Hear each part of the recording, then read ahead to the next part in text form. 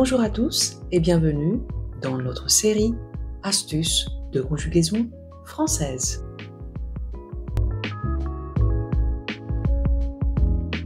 Je suis ravie de vous accueillir pour notre 5e épisode et aujourd'hui, on va faire la comparaison entre deux verbes qui se ressemblent énormément, mais vous ne vous en rendez même pas compte. Il s'agit bien du verbe auxiliaire avoir et du verbe semi-auxiliaire savoir. C'est parti pour l'astuce de conjugaison du jour. Alors, je vais mettre mes lunettes comme d'habitude et on va examiner d'abord pour quels verbes ces deux verbes sont des verbes modèles. Comme on avait vu dans les épisodes précédents où on avait examiné les verbes mourir et courir, naître et connaître, le verbe naître et le verbe mourir ne sont modèles pour aucun verbe. Eh bien, c'est le cas pour ces deux verbes, le verbe avoir et le verbe savoir, car n'oubliez pas qu'il s'agit de verbes auxiliaires et semi-auxiliaires. Et d'habitude, ces verbes sont vraiment très irréguliers. Il est vraiment très rare qu'on trouve des verbes à conjugaison similaire ou des dérivés ou des composés. C'est presque impossible. Il y a des études qui classent parmi les 10 premiers verbes d'usage quotidien les verbes être, avoir, savoir, aller, pouvoir, etc. Donc avoir et savoir sont des verbes qu'on ne peut pas éviter rien que pour utiliser des temps composés, le passé composé qu'on utilise au quotidien. Vous allez très souvent utiliser le verbe avoir au présent, n'est-ce pas? Donc, il s'agit de verbes hyper utiles. On commence par le présent de l'indicatif, qui est le maître de tous les temps simples, et on peut déjà constater sur la carte leur grande dissemblance. Les 3 premières personnes du singulier et la 3e du pluriel sont complètement, disons, différentes. On a alors pour le verbe avoir, j'ai, tu as, il a, alors que pour le verbe savoir, on a je sais, tu sais, il sait, et ils ont à la 3e personne du singulier pour le verbe avoir, et ils savent pour le verbe savoir. Pourtant, il y a une grande ressemblance aux 2 premières personnes du pluriel. Nous avons, vous avez, et nous savons, vous savez. Si vous ajoutez un S devant le verbe avoir, à nous et à vous, vous obtenez directement le verbe savoir. Et vous avez déjà votre première astuce de conjugaison. On va examiner différemment aujourd'hui les cartes. On va commencer par les temps et les modes où ils ont des dissemblances. Et il s'agit uniquement de temps simples. Donc c'est parti directement pour l'impératif, car la plupart du temps, l'impératif, c'est du copier-coller du présent de l'indicatif. Et que les seules exceptions sont, eh bien aujourd'hui, on va voir ces exceptions, car il s'agit de verbes auxiliaires et semi-auxiliaires qui ont différents types, différentes formes plutôt, de conjugaison aux 3 personnes requises pour former l'impératif présent. Observons la carte, on peut constater directement qu'effectivement, ils n'ont aucun rapport avec le présent de l'indicatif. Donc ici, nous avons et, ayons, ayez pour le verbe avoir et sache, sachons, sachez sans le S, attention, comme c'est le cas pour le premier groupe, la 2e personne du singulier à l'écrit. Et attention, je dois vous dire qu'il faut absolument les connaître. Pourquoi? Parce qu'ici, l'impératif présent est très, très, très utilisé en français. C'est d'usage quotidien. Par exemple, aie ton passeport avec toi demain ou ayez de la patience. De même pour le verbe savoir. Sache que demain, il n'y aura pas de cours. Attention, il y a des langues, comme le grec ou même l'anglais, qui n'ont pas ces verbes au présent de l'impératif. Mais, par exemple, à la place du verbe savoir, on utilise un autre verbe. Réfléchissez en anglais. On ne dit pas « Know that tomorrow we will not have a lesson together ». Non, vous allez dire « Have in mind » et j'invite les anglophones à me corriger si je me trompe. Mais il me semble qu'on utilise d'autres verbes. Donc, attention, si c'est le cas dans votre langue, c'est-à-dire l'impératif de ces verbes n'est pas utilisé, eh bien, en français, vous devez absolument les connaître parce qu'ils sont super utiles et d'usage quotidien. Continuons maintenant avec le subjonctif présent. Comme ça a été le cas pour l'impératif présent, on constate en observant ces deux verbes conjugués au subjonctif présent qu'ils ont exactement la même forme qu'au présent de l'impératif. Je dois vous mentionner quelque chose de très important. En fait, les verbes avoir et savoir, comme aussi le verbe être, vous trouverez tout ça dans les astuces de grammaire française, ont une forme particulière à l'impératif présent, comme aussi au subjonctif présent. Comme vous pouvez le constater, ils se ressemblent énormément. On remarque alors que les trois personnes de l'impératif du verbe avoir et du verbe savoir sont presque identiques à leur correspondante au subjonctif présent et que les autres personnes, en fait, du subjonctif présent résultent de celle-ci. En réalité, ces verbes se forment sur le présent du subjonctif à l'impératif présent, mais puisqu'on apprend d'abord l'impératif présent, on peut le considérer comme mode clé pour former le subjonctif présent. Donc on a et, ayons, ayez, et sache, sachons, sachez, qui donne que j'ai, que tu aies, qu'il est, que nous ayons, que vous ayez, qu'ils aient, et vous voyez la relation immédiate avec l'impératif présent, et que je sache, que tu saches, qu'il sache, que nous sachions, que vous sachiez, qu'il sache. Attention à la lettre I que vous devez ajouter à la première et deuxième personne du pluriel au présent du subjonctif. Donc on vient d'examiner 3 temps et modes auxquels ces deux verbes sont complètement différents. On passe directement à l'imparfait de l'indicatif. Le verbe avoir a la forme suivante, j'avais, tu avais, il avait, nous avions, vous aviez, ils avaient. Ajoutons un S devant le verbe avoir et on obtient le verbe savoir. Je savais, tu savais, il savait, nous savions, vous saviez, il savait. La ressemblance est évidente. On continue avec le futur simple. Attention, ces deux verbes sont fortement irréguliers, donc vous pouvez aller visionner cette vidéo où je vous donne des astuces pour les apprendre encore plus facilement et dans les astuces de grammaire française. Je vous montre un système comment, en maîtrisant 7 verbes irréguliers, vous maîtrisez le reste. Donc on a j'aurai, tu auras, il aura, nous aurons, vous aurez, ils auront. Peut-on appliquer cette même astuce pour obtenir le verbe savoir? Bien sûr qu'on peut. On ajoute un S et on obtient le verbe savoir. Je saurai, tu sauras, il saura, nous saurons, vous saurez, ils sauront. Si vous me suivez et si bien sûr vous avez visionné ces 2 vidéos, vous savez que si on maîtrise le futur simple, on maîtrise directement le conditionnel présent. Donc on a j'aurais, tu aurais, il aurait, nous aurions, vous auriez, ils auraient. Pour le verbe avoir, appliquons cette même astuce, on obtient le verbe savoir. Je saurais, tu saurais, il saurait, etc. On passe vite fait au temps de narration, au temps du récit qui ne doivent pas normalement vous préoccuper.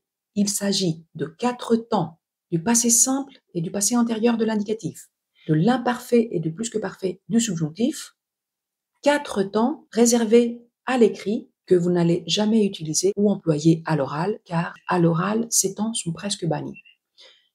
Vous n'aurez pas non plus besoin de les utiliser si vous passez le DELF ou le DALF ou le DCF. Donc, on va examiner uniquement la première personne de tous ces temps, simplement pour voir la ressemblance qu'ils présentent, mais aussi pour que vous puissiez le reconnaître si vous lisez des classiques de la littérature française ou des romans français. C'est parti pour le passé simple. Donc ici, on observe la forme particulière, j'eus, la première personne, remplacez la lettre E par la lettre S et vous obtenez le verbe savoir. Je sus. Aussi facile que ça. Continuons avec l'imparfait du subjonctif, que j'eusse pour le verbe avoir, que je susse pour le verbe savoir, et on peut toujours appliquer cette même astuce. Donc, la ressemblance persiste. Examinons le passé antérieur qui est un temps composé et qu'on va examiner dans quelques instants le passé composé et les temps composés. Nous avons ici j'eus, eu et j'eus, su. Ils utilisent le même verbe auxiliaire, le verbe avoir, donc les choses sont très simples et vous pouvez bien évidemment appliquer la même astuce et remplacer la lettre E par la lettre S et vous obtenez le participe passé du verbe savoir. Même chose, au plus que parfait du subjonctif, que j'eusse eu, que j'eusse su. Passons maintenant au temps composé. Donc, vous venez de voir les temps composés de narration et vous avez constaté que effectivement, la ressemblance continue. Donc, les choses sont très simples pour les temps composés. Nous avons sur la carte le passé composé. J'ai eu, tu as eu, l'a eu, nous avons eu, vous avez eu, ils ont eu.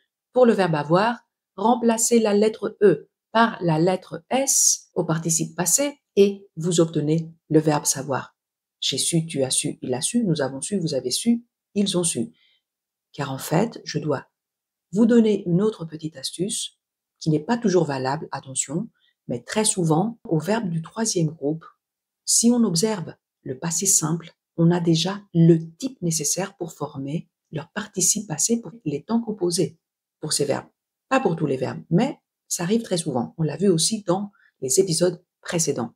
On ne va pas examiner toutes les cartes. Vous pouvez toujours vous rendre sur Patreon et voir toutes les cartes des temps composés, car tout ce que vous appliquez au passé composé, vous l'appliquerez aux autres temps composés, au plus que parfait, au futur antérieur, etc. Il suffit de changer le verbe auxiliaire et de le mettre au temps correspondant. C'est pour ça que je vous ai dit aux épisodes précédents, il faut toujours maîtriser le verbe avoir et être à tous les temps simples. Le présent, l'imparfait, le futur simple, le conditionnel présent et le subjonctif présent, et vous serez en mesure de les conjuguer à tous les temps composés. Voilà, aussi simple que ça. Maintenant, attention, j'ai eu se traduit en anglais par I have had, qu'on utilise en anglais et en français. Ce n'est pas toujours le cas dans votre langue. En grec, on ne le dit pas, on ne l'utilise pas. On ne dit pas j'ai eu une bonne note. On utilise un autre verbe. Ça n'existe pas. Donc, il est fort possible que dans votre langue, cette formule du verbe avoir, j'ai eu, n'existe pas. Attention, en français, elle est très importante, très employée au quotidien. On l'utilise dans des phrases comme j'ai eu mon ami au téléphone, il a eu son diplôme, elle a eu une bonne note, ils ont eu un accident de voiture, elles ont eu des problèmes. Vous allez forcément l'utiliser en français. Sur ce point, je vais vous mentionner une astuce. Exclusivité des astuces de grammaire française que vous ne trouverez dans aucune grammaire de français langue étrangère ou même de français langue maternelle. Les participes passés pour former les temps composés au troisième groupe sont les plus compliqués. On vous dit qu'il faut les apprendre par cœur. Je vous propose, dans les astuces de grammaire française, une astuce qui vous prouve que tous les verbes en war, comme d'autres verbes à différentes terminaisons, mais je ne vais pas vous en parler, vous pouvez trouver dans les astuces de grammaire française de quel verbe il s'agit, mais en tout cas, tous les verbes en war donnent des participes passés en U. Donc comme ça, vous serez tranquille que quand vous avez des verbes comme savoir, pouvoir, vouloir, voir, recevoir, il faut toujours que ça finisse par un U. Regardez, même le verbe avoir, on le prononce U, même si on écrit EU, qu'on prononce E normalement, mais on dit bien U. Passons à l'astuce de comparaison du jour. Eh bien, le verbe auxiliaire avoir semble être la forme irrégulière du verbe semi-auxiliaire savoir, qui se conjugue exactement comme le verbe avoir à tous les temps simples et composés, à l'exception en partie du présent de l'indicatif et entièrement du présent de l'impératif et du subjonctif. Oui, car en fait, il suffit d'ajouter un S au verbe auxiliaire avoir à presque tous les temps simples ou de remplacer le E par un S à son participe passé, au temps composé, pour former automatiquement le verbe semi-auxiliaire savoir. Maintenant, récapitulons ensemble de manière astucieuse ces deux verbes en les réétudiant au temps simple et composé. En observant alors ce schéma des temps simples, on constate qu'effectivement, ces deux verbes présentent une ressemblance considérable à presque tous les temps d'usage quotidien. Leur dissemblance est sans aucun doute évidente au présent de l'indicatif, de l'impératif et du subjonctif. Malgré cela, le présent de l'impératif et du subjonctif sont presque identiques si on prend le temps de les observer, et c'est un point qui facilite considérablement leur apprentissage. Pour le reste des temps simples, en appliquant l'astuce qu'on a examinée ensemble, on peut former sur le champ le verbe savoir à partir du verbe avoir et constater également qu'il s'agit de verbes jumeaux. Ce schéma est par ailleurs conçu de manière à ce que vous puissiez mieux comprendre comment fonctionne la conjugaison française afin d'assimiler facilement tous les temps simples. Normalement, pour n'importe quel verbe, les temps de l'indicatif qui se trouvent à gauche de votre écran vous donnent la formule nécessaire pour former tous les mots des temps simples qui se trouvent au milieu et à droite de votre écran, que ce soit des temps simples ou composés.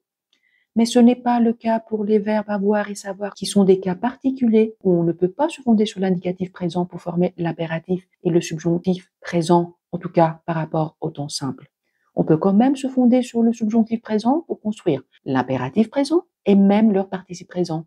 Et oui, alors qu'on sait que pour tous les autres verbes, c'est l'imparfait qui donne bien la formule de formation du participe présent. Pour le reste, on applique tout simplement ce qu'on applique à tous les verbes. Ainsi, le passé simple constitue bien la base pour les former à l'imparfait du subjonctif si l'on souhaite quand même maîtriser ces temps du récit. Le futur simple est également votre base pour la formation du conditionnel présent et on pourrait dire qu'ils sont presque identiques car on change uniquement leur terminaison. En ce qui concerne maintenant les temps composés, on voit clairement leur grande ressemblance car non seulement leurs participes passés sont presque identiques, mais ils utilisent également le même verbe auxiliaire, ce qui facilite énormément leur assimilation. Comme on a vu pour les temps simples, les temps qui se trouvent à gauche de votre écran, les temps de l'indicatif, vous donnent la formule nécessaire pour les former aux autres modes des temps composés. Ainsi, le passé composé de l'indicatif vous donne la formule nécessaire pour les former au passé de l'impératif et du subjonctif. Le passé antérieur, si vous voulez quand même le maîtriser, étant donné qu'il s'agit d'un temps du récit, vous donne la recette nécessaire pour un autre temps du récit, c'est-à-dire le plus que parfait du subjonctif. Et le futur antérieur, qui est un temps qu'on utilise au quotidien, vous donne accès immédiat à leur formation au conditionnel passé. Et voilà pour notre 5e épisode et la comparaison entre deux verbes très importants, deux verbes de base, le verbe avoir, verbe auxiliaire, et le verbe savoir, verbe semi-auxiliaire. Vous êtes maintenant maître de la conjugaison française, en tout cas pour ces deux verbes. Restez à l'affût pour notre prochain épisode où nous examinerons des verbes du 3e groupe, que je ne vous dirai pas, c'est une surprise. Vous pouvez toujours aussi aller voir les épisodes précédents où on compare des verbes du 3e groupe d'importance majeure et d'usage quotidien. Merci de m'avoir rejointe encore aujourd'hui et je vous dis à bientôt pour une nouvelle astuce de conjugaison française épatante.